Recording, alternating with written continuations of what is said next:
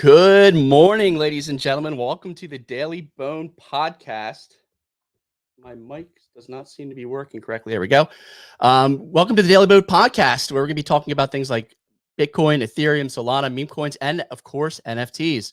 Today, we're going to discuss all of the weekend action, including the second Trump assassination attempt, huge news from the DEGOD ecosystem surrounding their new token, and the latest odd shifts on this week's rate cut. Before we kick things off, Kix, how you doing today? Phenomenal, man. Had a lovely weekend. Fixed some things with my golf swing, I think. Downloaded Baldur's Gate because wife was taking the kids out for a couple hours yesterday. I was like, hey, maybe I'll get a little nerdy. It's definitely nerdy. Also, a fellow Bodago out there, I'll have to give him a shout out. He hooked me up with Valve's new game, an invite to that Deadlock, Ithier.eth. Rocking a nice Bodagos with that blue camo. Gave me an invite to Deadlock. So that's like a first-person shooter meets MOBA. And it feels good. It feels real good. I like it. Yeah, I haven't heard of that one before. Oh, it's going to be big. Nice. I like it. Sig, how you doing? How was your weekend? Yeah, it was good, man. It was good. Hey, like in Europe, it's still really good weather at the moment. So I'm enjoying this outside kicks. Oh, I yeah. can see you. I can already see you going into hibernation mode with your first-person shooters. I'm out here just trying to get the last of the sun and the vitamin D before we hit. That's what I should have been doing. Winning. Yeah, that's what you should have been doing, but you weren't. But I still went outside a little bit. I didn't sit around and watch football all day yesterday. I went outside. I brought my mobile app. I looked at the score updates. You can taunt people now in fantasy football on ESPN. So I just taunt everybody. I'm just a big shit talk. Every time someone scores a touchdown, I'm taunting. But you're 100% right. I went golfing, so I got my outdoor time in there. Dude, the breeze, there's nothing better when you get that nice breeze and it's like, I'm going to translate it for you. I need to be more respectable about Celsius and not just be an ignorant American in Fahrenheit, but a nice 70 degree day. How do you divide that into Celsius? I don't know, but it sounds good. I think 70 is around 20 something, but I've actually been told, someone suggested to me 21.111. 21 boys. That's absolutely perfect. Someone has suggested to me, because I was saying like I want to meet like a different crowd of people and just like, change things up a bit. And someone suggested that I should take up golf. And I was like, take up golf. I mean, I used to caddy back in the day. I caddied for a little bit. I haven't played in so long, but then I was like, am I going to have to carry my own bag then? I mean, there's a lot of questions here. You should. I mean, if you want to get in really good shape, you can carry your own bag. I'm a fatso American. I use a golf cart. But still, I'm not even joking. If you like wear a whoop or something, even if you play 18 holes and you're still in a cart, you're still burning like 800 calories because you're still walking to your ball. You're still swinging. There's a lot of movement. So you're going to get the 10,000 pick it up. steps. It's fun. Yeah. I think it helps with trading too, Signal. Wait, how? My wife always is confused when I come home from golf and I'm tired. And she's like, you were just riding around in a cart all day. And you just don't understand. There's tons of. You don't get it. When you hit the ball where you do when you're not a great golfer. Signal, golfing's like trading because there's no one else you can blame, right? It's not a team sport. It's a solo sport, right? You shank a shot. You can't be like, well, Bob wasn't there to catch it. Bob ain't playing the sport with you. You know what I mean? You own every single shot. You also learn, like, you hit a bad shot. If you let it get in your head, then you're just going to keep hitting bad shots, just like trades. You hit a bad trade, you let it get in your head, mess your game up. You got to take it one shot at a time. There's a lot of parallels, I feel like. Okay. Well, and you can business expense it because, you just say, I'm talking business on the course, right? That's actually very, very true. Okay, well, as long as you don't, you can't make your wife a golf widow though. That's the only thing. No golf widows. No golf widows. Once a week max.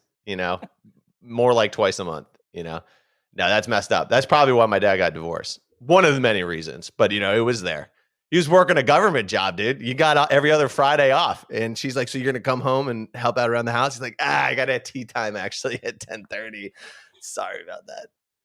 Well, talking about divorce, we've divorced the main crew of Bodago, so we're going rogue here these next 2 weeks. We're going to be covering all the action for you. Since I'm on the show, I'm going to be doing a little bit of stream drops in the background throughout the week.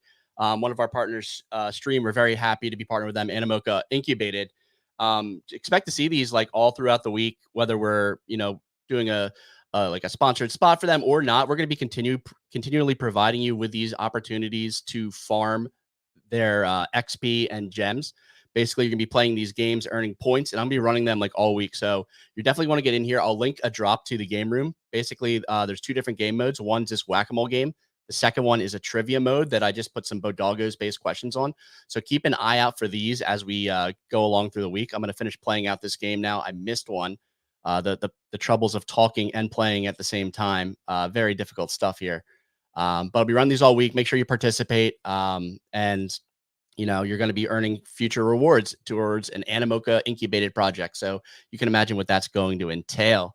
There's an example. I'm going to be pinning the game room to the Twitter space and also sharing the link in the YouTube chat so you can participate throughout the show. Now that we're done with that, how about we take it away with the weather report? Who wants it? Kicks or Signal? Signal. Was that It's our weather report, baby. Signal. You just go back and forth. Should I do the first half? You do the second half. Yeah, 100%.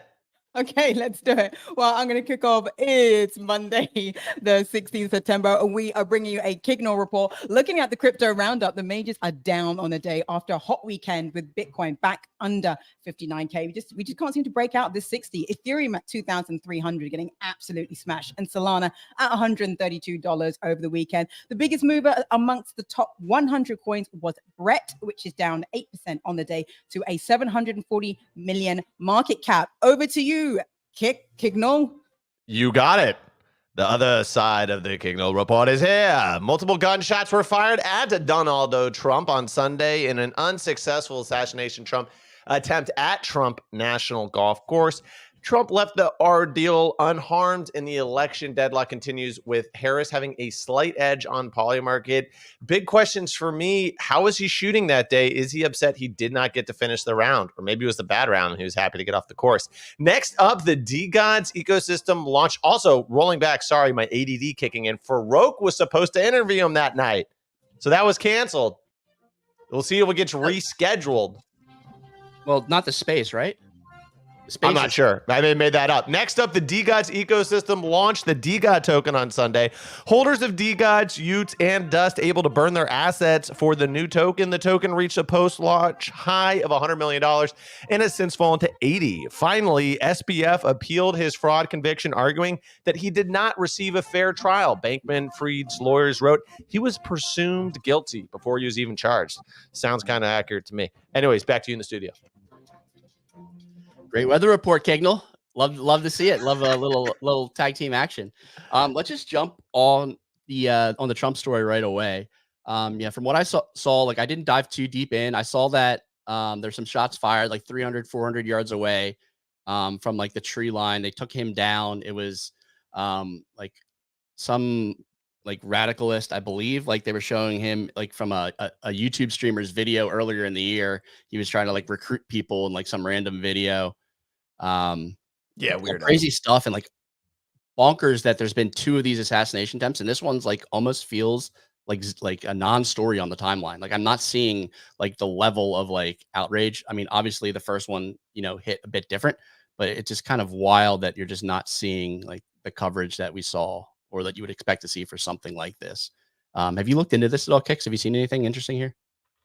I mean, I read a little bit of the backstory in the guy. Definitely a Looney Tune character. And all sorts of weird things coming up. Like, first of all, how he's able to even get on the course. They say since he's not a sitting president, he has a little bit of a lower security detail than a sitting president. Thankfully they found the guy, but they got in a firefight with the guy. The guy actually escaped, got into a car, drove the car, and a sheriff pulled him over. And the only reason why the sheriff knew like the license plates on the car is because some sort of witness saw the dude running into the parking lot to escape and took a picture of his license plate. So kind of layers of, bizarreness. I just find it weird because like ever since, 2008, they've been like recording all of our phone calls and like pretty much probably monitoring every single thing that we do online.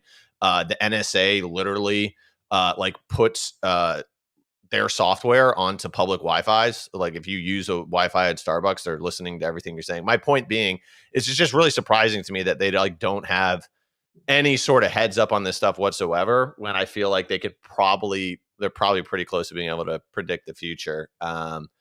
But yeah, I mean, people are so ingrained in their political positions that I don't, I don't think that this is, uh, really going to change anything other than it's wild for sure. Yeah, so This was Frog such an posts. sorry, just to add as well, like this was such a nothing story. It really did not even make waves over on this side of the pond, which is, I mean, maybe because the failure rate was so much higher in terms of it sounded more like the way it was reported over here. It literally sounded like there were fireworks when he was playing golf. They Yeah, did not have the language around this was an assassination totally. attempt or anything like that. So it really was a nothing burger, and Europe isn't talking about this story in the way of the first attempt. Yeah, and I brought up this post by Farouk because they're supposed to be doing that the World Liberty DeFi space, Yeah, I believe yeah. today. Like I think they're all in town. Like I haven't heard one way or another if it's confirmed. Oh, Denied. okay. I think I misread his post, Ray. Yeah, so he's sitting here waiting. So it'll be interesting to see what goes on there and what that interview is going to look like afterwards. I'm sure like there'll be heightened security, etc. But I hope they still run it today. Yeah. Yeah, for sure. I mean, wild timeline, Unbelievable. Yeah. I guess this didn't happen in 2020 because everyone was so scared of, catching COVID, trying to assassinate him. So they stayed home for that cycle. But this cycle, they're out taking shots. I am surprised that his security detail isn't more, considering what happened recently, like what happened, what feels like 8 weeks ago now. I am surprised that, because it sounds like, and I do not wish this on him by any means, but it does sound like, if this is the second attempt, there could be other attempts on him as we go into the election from other crazy characters. And it just sounds as if like there's momentum on wanting to not have Trump there from certain people in the public. I do not wish that on him in any way. But anyway, we've got bets to win on Polymarket as well. So I'm just saying. I was looking at predict on it, and this jumped out at me. Like Interesting. over 100% chance if you're betting both sides of the election here, just with the yield and the incentive to like put bids at the market price. You're seeing like weird behavior here.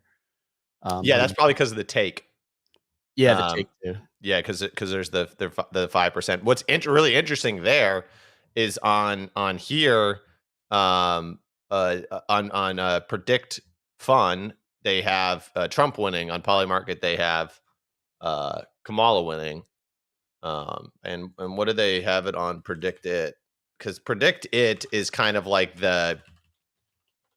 it can't get influenced by whales so much. Yeah, so Predict It has her at 57. So yeah, that sounds about accurate relative to other things. But it's definitely interesting that Predict Fun, with a lot of liquidity on the books, has Trump at an edge. So if for example, if you liked Kamala, you would want to go trade on Predict Fun. You definitely get better odds there. Yeah, it can go no on Trump there and then get the yield as well. I think Nate Silver has it at 60-40 right now, Trump, which is like interesting with all these other prediction markets being closer to 50-50. So I found that interesting. While we're on the topic of prediction markets, anything interesting to you, Kix? I saw you might have hit on the Trump speeches late last week. Was there a speech you hit on? Yeah. So I forget when the debates were Tuesday, right? Right. And I think there was another Trump speech afterwards. Yeah, so that was my partner Tyriel. I think he swept the speech markets, went undefeated on them. It was another Trump rally, so he bet on like tampon, China, abortion, trans, border 15 plus times, Springfield, fake news 3+ times, Comrade Kamala 3+ times. It was a yes market, so no cat on Friday. Yeah, went hard on the yeses. He dodged the cat there. I think that's getting a little controversial, but Springfield maybe a little less controversial. Although the memes have been pretty funny, coming out of the woodwork. But yeah, man, I mean, I think barring another debate, I mean, what's really interesting, right? And I think Signal kind of laid it out right, which is like, without the video like front and center where you're seeing him take a bullet and dodge it, right? This is like on the golf course. You're just hearing about it. The impact is like way less severe, but like when Trump when they tried to assassinate him earlier at the rally, he went up to like 65 or 70%. I think Biden was still in the race at the time. And then I think he dropped out after the fact. This time it didn't even really move the needle at all. And I think that just lends credence to, this is definitely like in the coin flip range, just because of all of the, different possible outcomes that can come out of this.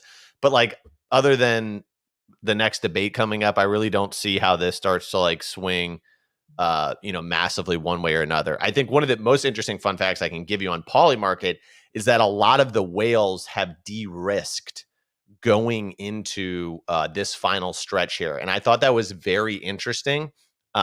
Just Ken being an example. Look at his positions. He doesn't have the election in his top positions at all. This guy used to be like a mega whale. He had over $1 million position on Kamala Harris. Just Cam's a great guy. You can talk to him in Discord. He's like very open.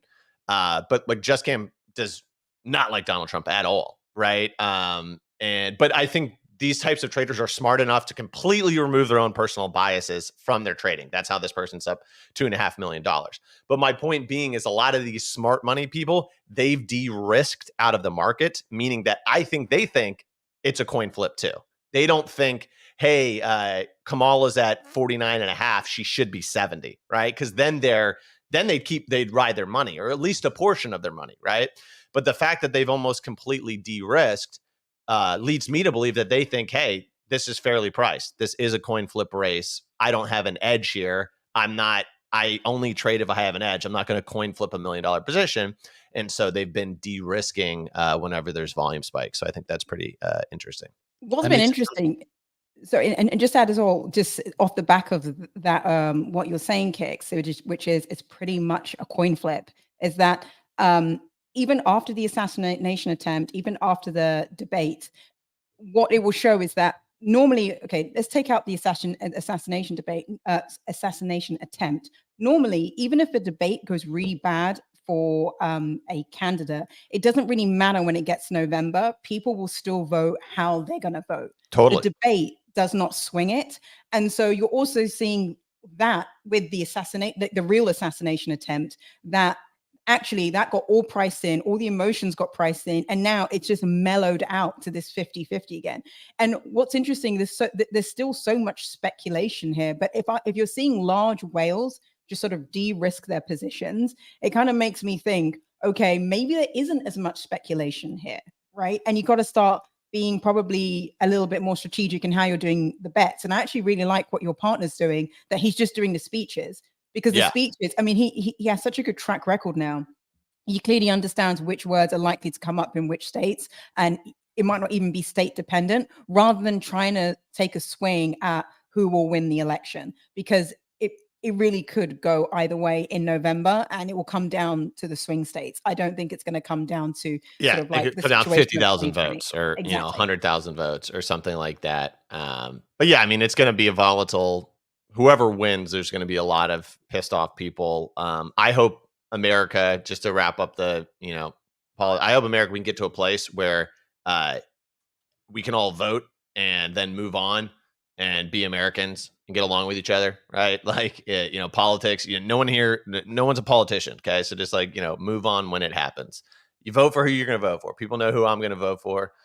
Except for people in some of my friend groups where I'm like, they don't need to know. I like these guys. You know what I mean? Because if someone finds out that you're voting for Trump, they'll make a lot of assumptions. They'll think you're like a terrible person, or, that like, I'm like, I don't know, whatever.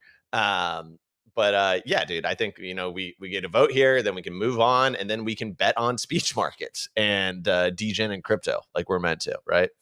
Just to say as well, Kix, something that you won't realize, the way Trump is portrayed in the media over here, it is completely different. It's not to bad. The way no, it's bad. It's bad. Yeah. Like Trump is the villain, right? And and Harris is, loved over in Europe, but the way he's portrayed in the US is completely different. So I think that's why as well, when people outside of America always find it really surprising when people want to vote for Trump, simply because of the media narrative that we see over and over and over and over again. Well, and that's kind of why I'm voting for him, because I'm like, okay, the entire media hates him. Pretty much like every corporation hates him. Dick Cheney, who I think is like the most evil person of all time, that like caused the Iraq war. Why did we invade Iraq again? Can everyone remember? Dick Cheney and George Bush. They're anti-Trump. Like, once you line it all up, I'm not like a hardcore Republican. I'm like the system. The system needs to get reset a little bit. So when the whole system is trying to come after the guy, I'm like, you know what? Let's give him a run, because he ain't doing it after this. So he's either going to win or lose, right? And then he ain't doing it after this. And we'll go back to the pick the different sides of the puppet string again, right? So, hey, I'm going to give the guy one more go. Let's see what happens. Little middle finger to the establishment, and then back to regular scheduled programming. Yeah, so staying on Polymarket, it reminded me, after I looked at Just Cam's positions, he was big on the will a September rate cut happen, just like sort of a volume play. But 50 bips is now past 25 bips is the favorite. Yeah, 55% chance tomorrow, or not tomorrow, Wednesday is when the rate cut decision will come out of the FOMC. Big jump overnight. I didn't see what caused this, but it dipped all the way down to 8%. Yep, last week. And I mean, that's wild, right? The swings that you could get on that, like going all the way down to 8. Man, I saw something on Twitter. I forget what it was, but it may be because here's the thing, like, also there's like 4 different commissioners or whatever, and they can come out and they can say something. Like, I think 50 bips is the way to go or whatever. Also there's, like, you can trade this on Bloomberg terminals and stuff like that. So, yeah, this is definitely a sophisticated market. But if you think about how sophisticated this market is, to see that amount of volatility over 7 days makes me think. I mean, like, that's the thing. If these people don't even, if it's a question of like, how hard are we going to cut, and the market can't even get a read, this is definitely, choppy waters. Could work out great, though. I mean, going into the election, depending on who's going to win. I definitely don't agree with anyone that says that this is like politically related, because I also I don't think the stock market going up 10% from now to the election all of a sudden makes a bunch of people that weren't going to vote for Kamala vote for her. So I think that that this is politically motivated. Those people are completely out to lunch. I think the reality is that like globally things are the engine's starting to slow down, and that's what they were looking for. And now they're probably worried that they've slowed it down too much and they're not going to be able to get it accelerating again. So they want to come in, I think, with like a big boy cut here. Because yeah, dude, I mean, it's crazy. You got to think, like, if you just wanted to go start a small business right now, right? Like, you're like, compared to 2020, your rent is probably 50% higher, right? Like, what you have to charge your customers is probably 50% higher, right? And then if you need to go take a loan out for the business, like, the base level of the loan is now 50% higher with that interest tacked on top, right? Like, I don't understand how someone could go say, like, I'm going to go start a restaurant right now. Like, I have friends who are in the restaurant industry, and it's like they created a restaurant in 2020. They go try to create one today. It's so hard. Not only, like, the costs are all higher and everything, that just gets passed on to the consumer, but the interest rate on it, right?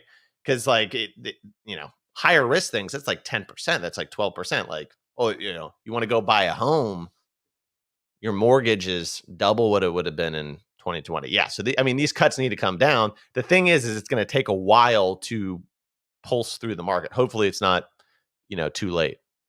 Yeah, honestly, we bought a house in 2020 and we're like looking to move now, and it's like the worst case scenario, like sitting on a sub 3% interest rate and trying to move into a new house. Yeah, that's going to cost more money, and then also have like a 6.5% mortgage. Like, you're just like absolutely like stuck between a rock and a hard place. Yeah. Right now, and just like waiting for those interest rates to drop, always keeping an eye on those. Literally, like, I mean, if you over here in Europe, I'm not sure how it is in the States, but at least in Europe, you can just get a mortgage, what was, say, 5 years ago, for less than, let's say, 1%, and you lock that for 20 years. You just lock that for 20 years. You're paying a beautiful mortgage under 1%.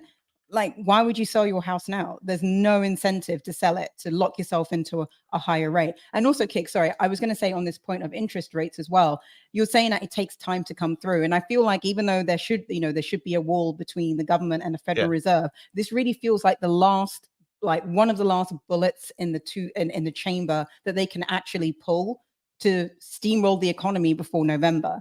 Because they do not want voters going into November feeling poor. And I think, I thought it was going to be 25 basis points. That's what I said for Top Dog. But if I actually start to think about, well, if they don't want voters to feel poor when going into an election, it would kind of make sense that they would do it now, or they would do it perhaps in October. So the feeling is there, but perhaps it doesn't transmit through the economy for a couple of months going into January, February. Like perception. The perception. I feel like even this cut potentially is like 50-50, 50 basis points. I still think 56% probably a bit too bullish, but let's see. It's happening on Wednesday. Yeah, we'll be covering that action coming up into Wednesday. Moving topics a little bit, seeing some people getting tired of the politics talk. I can understand it for sure. But this is sideways summer. It's not politics, really. This affects crypto, right? Because like rate cuts come down, people think like money printer go burr. The challenging thing right now is that a lot of like middle class around the world has been like priced out of houses, and their money's pinched a little bit. So it's hard to imagine you're gonna ever see like a COVID stimulus thing happen again in the next 20 years, because then that would just make like people already think they'll never be able to buy a home. That would really make them think they're not going to be able to buy a home. It would create a really bad outcome. Yeah, definitely. It definitely all will funnel into risk on assets. Also, Fade the channel, you are the man, but corporate greed does not cause inflation. Inflation is literally caused by printing money, because then that inflates the money supply, which inflates the prices. But regardless, you are the man. I love you commenting in the channels. Usually agree with your stuff. Yes. Okay, so moving on.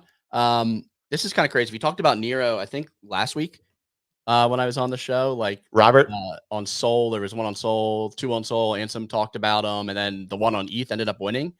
Well, we had a little bit of a surprise Binance announcement of listing neiro on ETH, but not the neiro that was the leading neiro. No way. One that was a community-owned coin that took off. Look at that candle. On BullX, this ran from 20 million all the way up to a peak of like almost 210 after getting the Binance listing. And then the one we talked about last week that was like leading the charge on ETH, just absolute down in the dumps now, completely flipped by the other coin just from a Binance listing. It's crazy how much the market can move with just these listings, like the liquidity that comes into a meme coin. Did either one of you guys see this move, or like, do you have any thoughts on like how Binance like affects the market and like what the mechanics are there? Yeah, me and Signal, we just had a gut feeling last night. She's like, let's push the whole stack on neiro. We both went all in. That's why we're so happy today. She's like, not the leading neiro, the one at 25. Exactly. He's looking at like $2,000 golf club sets, like just high end. I don't like, even have to carry myself. What's Gary players shoot with? Yeah, I mean, I don't know. I mean, that's awesome. I'm sure the people that are in the wrong neiro are pissed or feel like ass, and whoever's holding on to this one feels great. I feel like we haven't seen like a massive Binance pump on a meme coin in a while. They slowed down. Like, I mean, I haven't looked at the data, but it really felt like we had a moment where there was a lot of meme coins going onto Binance, and then it completely slowed down. And now it feels like the engine is slowly restarting, because a lot of coins, because there was so many coins being listed on Binance, obviously the market starts to price that in. And so you don't get these huge spikes. So it's actually nice that they slow down, and then you get these amazing 10Xs that come from essentially a listing, which is what everybody wanted in the first place. I unfortunately was not in neiro. No, I'm not. Probably the wrong one somewhere in my wallet, but definitely not the right one. But meme coin season, it's been like a, even though statistics are that a lot of people lose money on meme coins, I think it's still a sector that is worth putting a little bit of money into, because it's been highly defensive. It has not gone away this year. if we look at some of the other assets that we've been looking at over this year, if we look at, say, something like ordinals, yes, it has its euphoria, then it dies off, and it has a little bit of like a little bit of a comeback.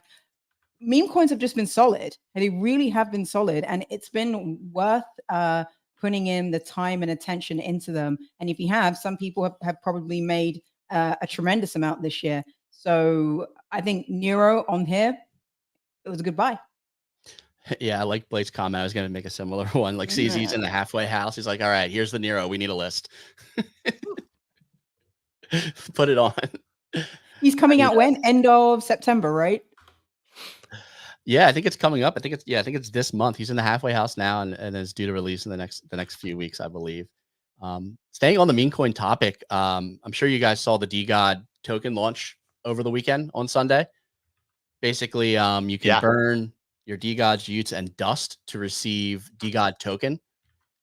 Different amounts for each one, with rarity not taking not having any effect on the actual token allocation. So interesting take here, going from like an NFT collection to a token. I know they've kind of been like leaning this way for a bit now, but they finally made like the full move to the token.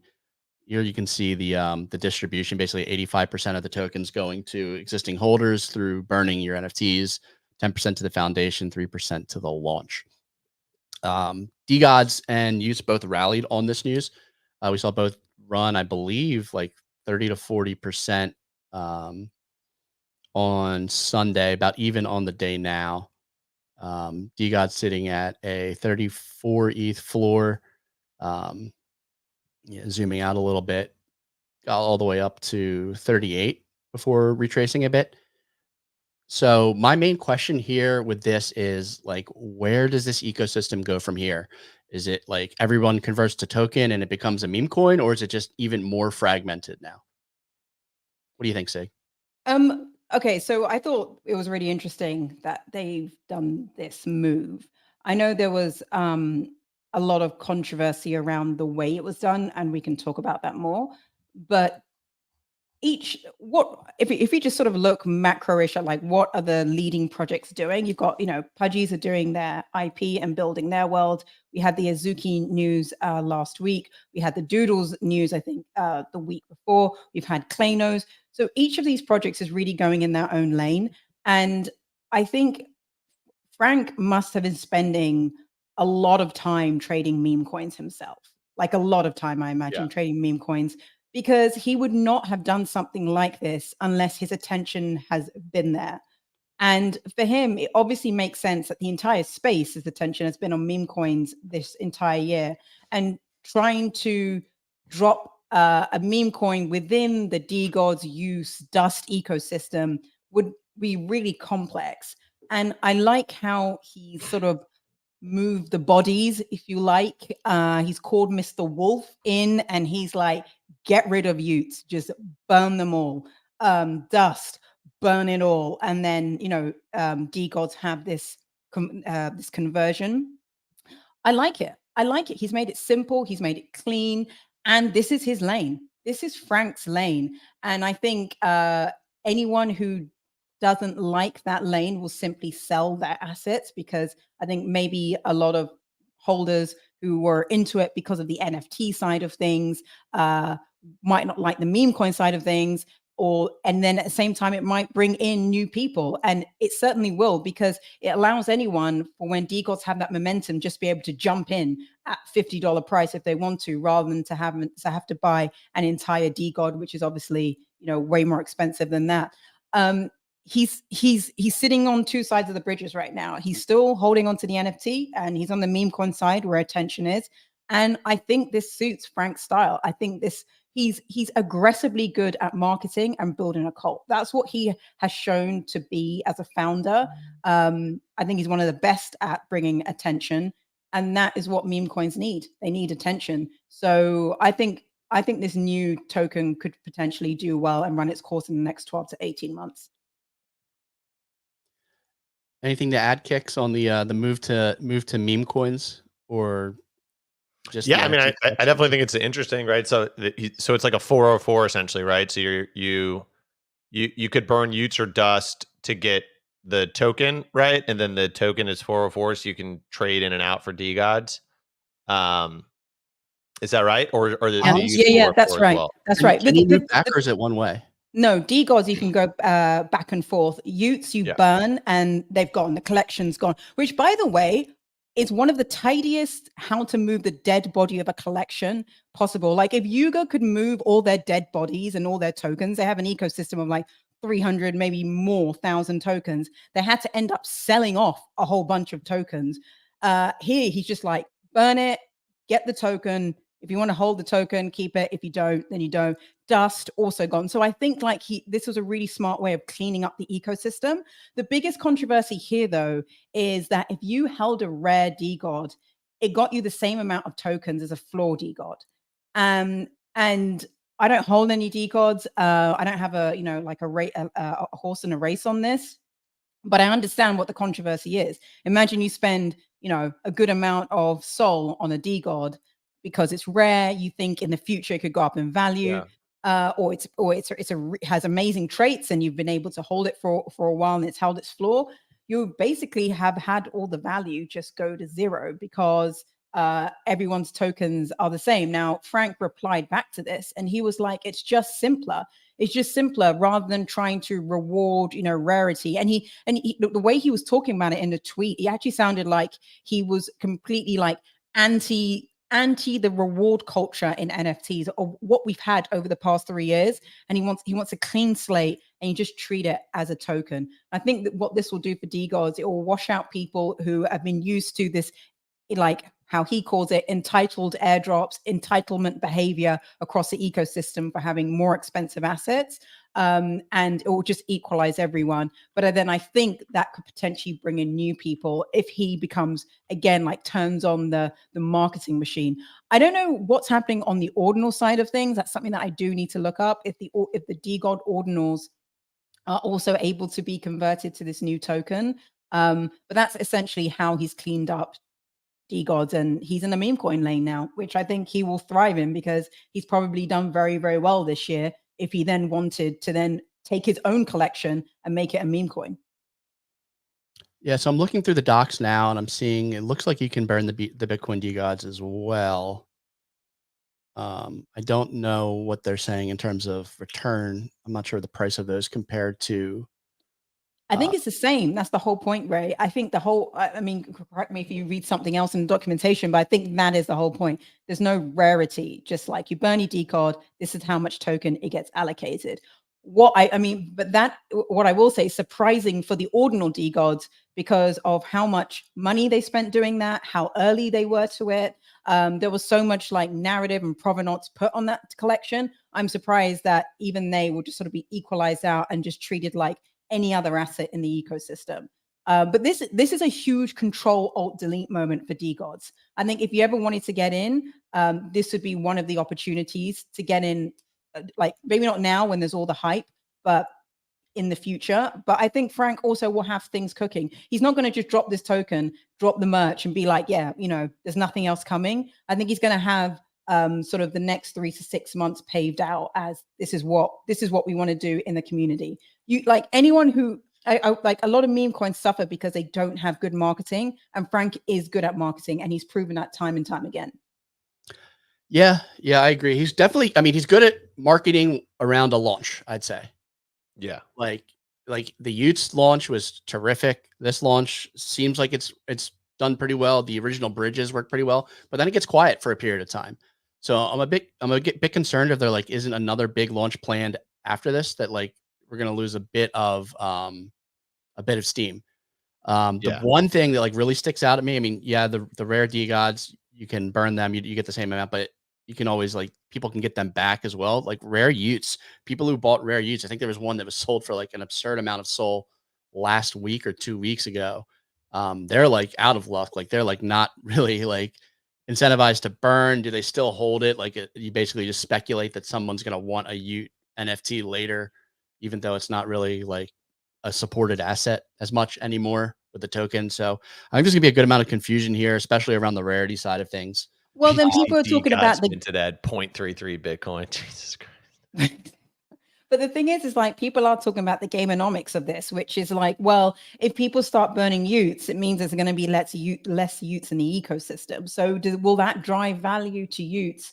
If the DEGOD token ends up doing well, people will want it. Well, how can they get one? Well, they'll have to buy a Ute or they'll have to buy DEGOD. So there is a bit of game mechanics to this as well.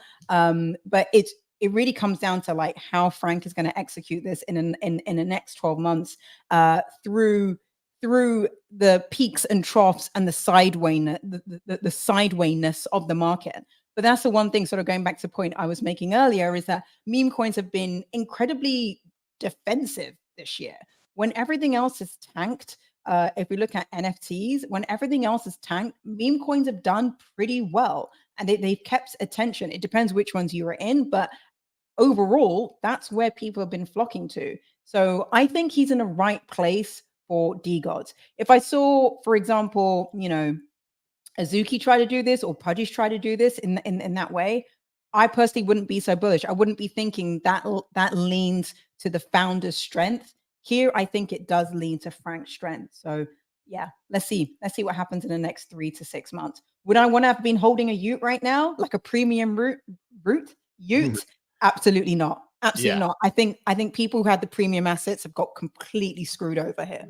But it also shows it's impossible to please everyone, so you got to sometimes these things make, tough decisions, or you're just making something so complicated. I think the biggest challenge here probably is switching a lot of NFT holders to meme coins, because I do think that there's not the biggest overlap between the two, although there is a decent, just like anything in crypto. But I mean, regardless, at the end of the day, like, all of these different projects and stuff like that, they're essentially startups, right? And if you look at the startup world, 95% of startups fail. So I think you would at least rather someone be trying radical things than just staying in the bumper lane, right? And, just trying to ping pong the way to success. I have respect for trying radical things, because that can lead to failure, but also can lead to radical upside. And no one's in startups, or no one's buying NFTs from startups for them to chop or slightly bleed down for a year. So, I don't mind trying radical things. Am I going to go buy the heck out of DEGODs? No, I'm saving some of my my money for things that I think are really game changing, like Eve Frontier coming out sometime next year, crypto game. That's going to be insane. Sorry, and just to add before we go on to Eve, just very quickly. So this is a 404, and there have been plenty of 404s in the last sort of 12 months. True. Easy's been harping on about 404s for quite a while. If he does this right, I wouldn't be surprised if we see some of our old favorite projects also turn to this model and think, hey, maybe we should do meme coins so that we can capture more attention of the market. I think how DEGOD executes on this, we'll see other we'll see other copycats in the market if they do it well. I do think so. But again, it will be one of those cases where the first project does it really right, and then everybody like runs to the second project because they missed out on the first project, and then it's just diminishing returns as you go down. So yeah, I do like the 404 concept, because that, like some people are like, it just seems cleaner than like having an NFT and a separate token, like having Bored Ape Yacht Club and the ape. 404 just seems a lot cleaner if you don't have the liquidity for a full one, or if you want to swap, like you can go back and forth. I like it, especially on Solana, where the swapping fees aren't that bad. I do know, like on ETH mainnet, or sometimes it can get a little chunky because the 404 contract's a little gas intensive. Yeah, so these aren't true 404s in that you're like minting a new NFT with like potential rarity. It's basically fractionalization. There's a pool on sniper.xyz that you can, once you burn your DEGOD, it goes there, essentially. And you can buy DEGODs within that pool. So it's more like fractionalization than it is true 404, but still the same. Oh, well, the gas is probably even nicer then. Yeah, absolutely. Yep, definitely there. And then I just wanted to point out like one more thing, like you talk about is like we talked earlier about the Binance listing. You can now like have DEGODs listed on Binance, but true. When you're looking at DEGOD, a project that's been around for years with like all this infrastructure, and then it's just the Neiro token that was at $25 million yesterday is now 2x the market cap of this. It just kind of tells you all you need to know about existing versus like and the known versus the unknown in terms of meme coin. So it's definitely an uphill battle he's gonna have to fight here. I think that's what he wants, though. I think that's what he wants for the community going forward. Basically, look, Frank's done a lot of moving. He's moved around chains. He finally got back to Sol. Think of this as like the control alt delete. Like if he can't execute on this meme coin front, and I was holding, I'd be worried. I'd be worried, but I've got hope for the guy because, to be honest, he keeps on trying. He keeps on trying. He hasn't given up. Plenty of opportunities. I'm sure he would have gone to bed at night thinking, why the hell did I ever start this project? But he comes back the next day and he does it. So respect to the guy for trying. Let's see where this is in 12 months from now. Is it going to be another Frentech or DEGOD still going to be around? My money's on DEGOD is still going to be around in 12 months. Yeah, I mean, I think they picked up some additional funding too with the launch. You know, they split 85% to the holders, and then they took, you know, I think 10% towards like the foundation, which can provide some funding for future ventures. But moving off of Solana and DEGODs, and let's move over to ETH and Bitcoin. Really tough week and tough year for ETH BTC pair right now. It's hit the lowest weekly close since April 2021. We looked at classic. Yeah, we looked at flows for the ETFs last week. Bitcoin was on like a pretty bad losing streak until last week. And then, you know, we saw over $300 million worth of inflows. Ethereum, on the other hand, you know, continued outflows on the week of over $10 million. My question here, Kix, is kind of like, is Ethereum dead, or like, are we really approaching like generational buying moment for Ethereum at these prices? Man, I'd be probably a lot smarter of a person if I could give you a great answer to that. I think that ETH is just struggling with where it fits into the like, you know, the whole ecosystem pie, right? I think it's a lot simpler for people to think of Bitcoin as digital gold. I think before Solana came on the map, like Ethereum definitely was able to say, yes, there are other L1s, but we pretty much are all the market share, right, for smart contract platforms. And in this cycle, Solana has really shown itself to do a great job. I also think that there's some either perceived issues or actual issues around like L2s and how L2s are kind of dominating the transaction share this cycle without also having to pay a lot of ETH for that. So there's not this whole like ETH burn narrative. At least if everyone was on L2s and ETH was getting burned like crazy because of the activity, people would be like, hey, that's bullish, right? But you're kind of getting all of the activity sitting on L2s and not a lot of fees generated. And my understanding on the horizon is that there's more stuff coming down the road that's going to make fees even cheaper before the transaction volume maybe can even match that decrease. So it could get even less expensive. But I mean, just me personally, I don't know. I feel like I have a lot more faith in ETH just for like how long it's been around, the Lindy effect, yada, yada, yada. In the long run than I do any of these other L1s popping up other than Solana. So yes, could they both be in a battle together? Certainly. But I do think ETH will be okay and fine. Also, I think some people are forgetting, like, you know, ETH did go to 4K. You just didn't sell it there. You know what I mean? Like ETH went from, everyone says 800 was the bottom, but I'm pretty sure it wicked down to 800 for like 4 hours and then went back up above 1,000. So ETH was never really sitting at $800 like Bitcoin actually sat at 16K for a period of time. My point being is that if you bought it about like 1,200, like you got a 3.5x up to 4,000. I mean, I don't know what else you can really hope for out of an asset that's worth tens, hundreds of billions of dollars to get like a 3.5, 4x out of a year.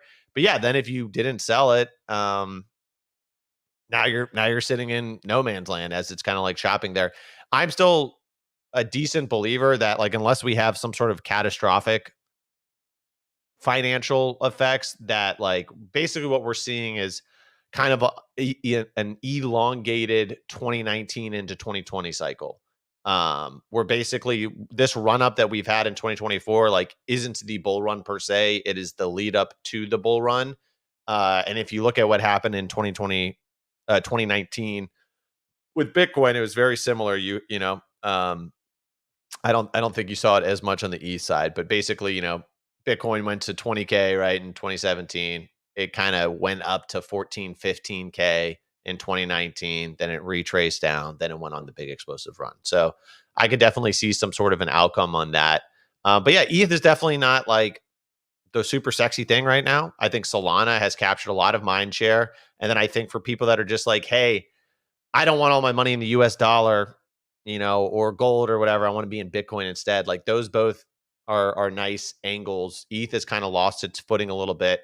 I think the L2 thing is just like a little weird too, because a lot of these things are pretty centralized. And it kind of goes against the whole decentralization ethos. But yeah, I mean, who knows? If people fund it enough, it'll probably go up like a rocket.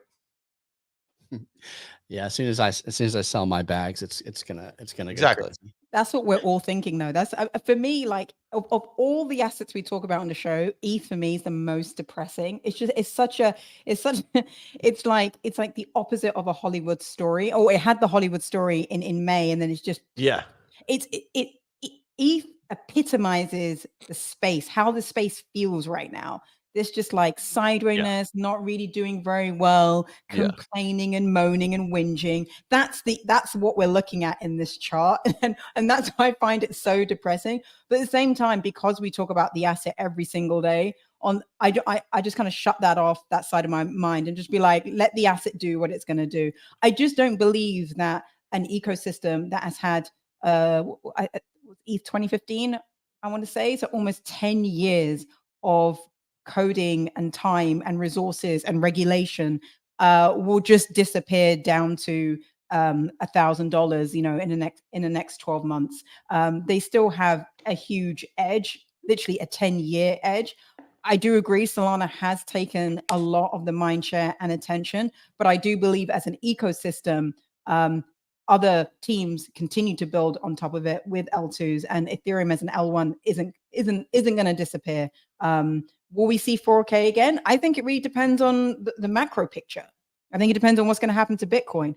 But ETH to go on a run, kind of like how Solana did independently of itself, might not happen. Might not happen. Yeah, it would not be surprising for it to be the laggard this entire cycle. And then maybe in 2028, with like some fixing of shit, it becomes like, dominant or whatever. I think a big issue that a lot of people underweighted is like, if you think about like Ethereum, it's like, okay, no one's on mainnet. And then it's like, you have like Blast Boys, Base Boys, Arbitrum Boys. Like, it's like a bunch of people rooting for a different football team. And then you go up against Solana and everyone's just rooting for the same football team. You know what I mean? There's no division. There's no like, hey, I like this one because it's better than this one. There's no infighting, I guess is like a good word. But yeah, I mean, this is also kind of crypto, right? Meaning like you had a huge opportunity to buy this thing between 12 and 1500, and then you had a multi-month opportunity to sell it above 3000. So like you could double, triple your money, and you didn't take it because you thought that it was going to go to 10,000 or 15,000 or 20,000. And that's the game, man. Like if you want to chase the crazy plays, you're going to get wrecked a lot of times. If you don't want to just take the 2 or 3 X's, that's the game, dude. And nothing is guaranteed. Guess what? Next cycle, Bitcoin could not do shit. And something else goes on a fucking run. Caspa or whatever, something that's called the Bitcoin killer next cycle, right? Could do the exact same thing that's happening to ETH. But I bet you a bunch of Bitcoin people would be like, no, that couldn't happen to us. That would never happen to us. Just like if you told people this was going to happen to ETH maxis in 2020, they would have called you a lunatic, right? Nothing is for sure, man. You know what I mean? So yeah. So buy Caspa. Yeah, we talked about Solana a bit there, and like how they're like just cruising in terms of like daily active users and transactions. One thing I saw over the weekend was Woz Crypto posting about the daily active addresses skyrocketing over the last month. Did you guys see this breakdown he posted here? So essentially he says the majority, like 90% of these new users aren't really new users. They're just bots. They're spinning up a new wallet, getting one transaction of money in, one purchase, and like one sell. So where you're seeing like 300,000 transactions, it's not really like 300,000 active users. And he breaks down this whole thing in a thread that basically kind of culminates at like saying like 80 to 90% of their daily active addresses on Solana are just these bots spinning up new wallets. And it's the same on Base. It's the same on Telegram bots. Like, I'm sorry, dude. The more I'm in crypto, the less I believe anybody that says like, oh, we got 100,000 users. This thing just launched, or dude, look, Base added 4 million new wallets in 3 months. No, dude, because if they did in my real life, I would have heard of at least one person saying it, at least one. And I haven't heard anyone. I haven't heard anybody in any of my non-crypto circles saying, hey, man, I just threw some money on Solana and I'm having fun. Or, hey, man, I just went on to Base. Or, hey, dude, have you seen this Telegram bot game? My buddy told me about it. Zero, zilch, nothing. So a lot of these stats are just straight hot air, man. They're smoking the galaxy gas. Exactly. I do agree with Kicks on that. And also as well, it's like, it's not the narrative that wins. Maybe some people care about that tweet and will be like, oh, okay. So, but the narrative that I see on my timeline is that there's only cheerleading for Sol and people are losing money, making money on meme coins. Like that is the narrative that wins over on Solana. Nobody really, and we've seen this, since 2021, nobody cares about the technicals. Nobody cares about what is actually under the hood of the car. So for me, as long as the timeline is still feeling good and talking positively about the chain, and we're not seeing that Ethereum sentiment over on Solana is still, like, for me, it's still going to win this cycle. It's going to carry on being the place where if you need to onboard a friend and be like, I want to get hold of this meme coin, that is where I'll be sending them, or at least one of the chains that I'll be sending them. So I think people ignore how the car works. They just want to be like, just fix it, and we carry on. So sorry, Ray. Sorry to do that. I know you come from a technical background, so maybe you do care about that tweet, but I feel like a lot of people don't. Are we going to go down only after this got posted? Oh my God, I saw this. No. So what we're watching here, I think this is the plane the plane to Singapore. Is this the right radio plane? I don't know. Redacted coin, I guess. Yeah. So yeah, Redacted Coin. I think they partner with a bunch of different crypto partners to like send this marketing event, networking event, basically a plane filled with crypto participants to Singapore and Breakpoint Token 2049. Yeah, I don't know. Is this like the later moment of that guy dancing, the meme coin dev dancing on stage at NFT NYC, or is this part 2? Here's the thing, man. I'm down for a party, dude. And I think at a party, people can do whatever you want. If someone's like, hey, there's too many dudes at a party, whatever, like if they're having fun, who cares? I thought that guy dancing was cool, man. He looked like he was having a damn good time. That music seems to be something I would listen to if I was also 22, a decade past me. But on an airplane, dude, an airplane is it is a spiritual sanctuary for me, okay? Like I get on my airplane, maybe I'll have one beverage, like one beer or something like that. I want to watch my movie, or I want to journal. I want to have my little snack. Maybe I get a cheese plate. Okay. That's what I like to do on a plane.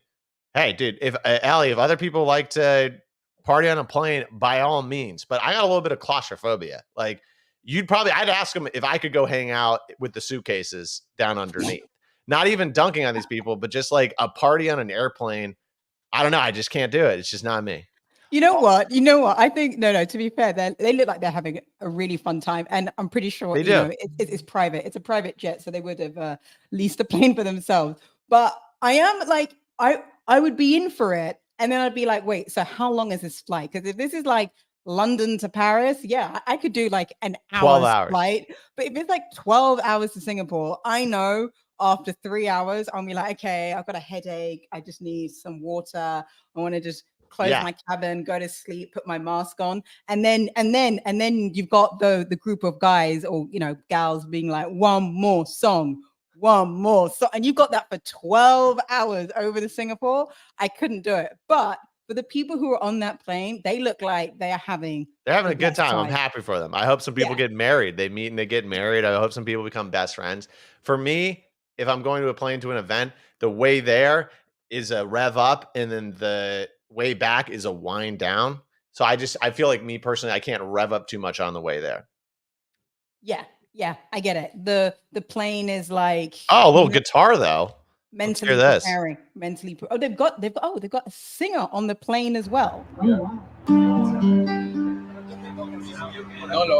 in charge. Good afternoon, ladies and gentlemen. The crew will serve you lunch, and I will play you guys lady a and couple gentlemen. There songs. must be I one don't know girl if you've there. ever witnessed a concert on a plane. I've never done one in the last 11 years of professional music career, let alone in first class. And I would travel far and wide to reach my destination. Oh man.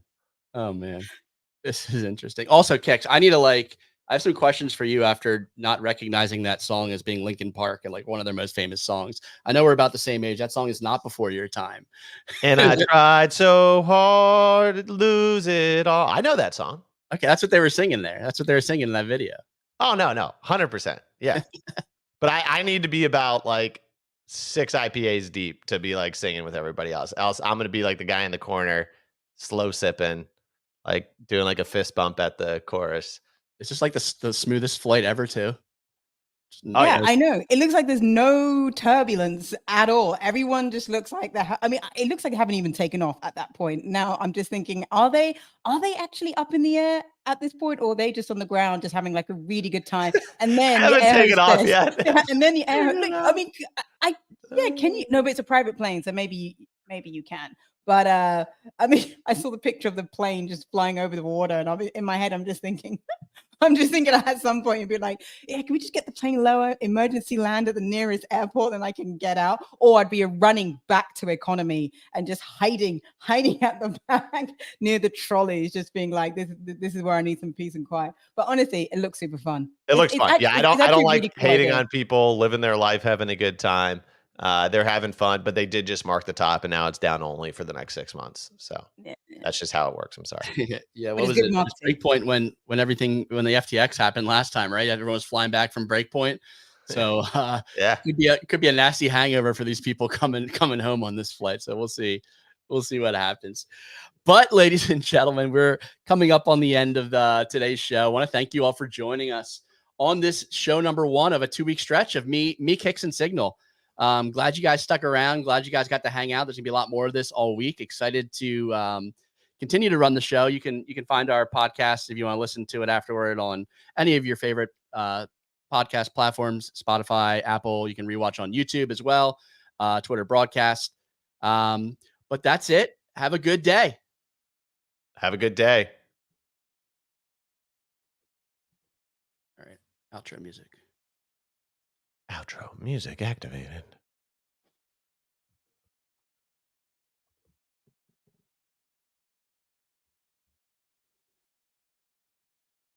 A little behind the scenes here on YouTube. This is what we do. We just stare at each other.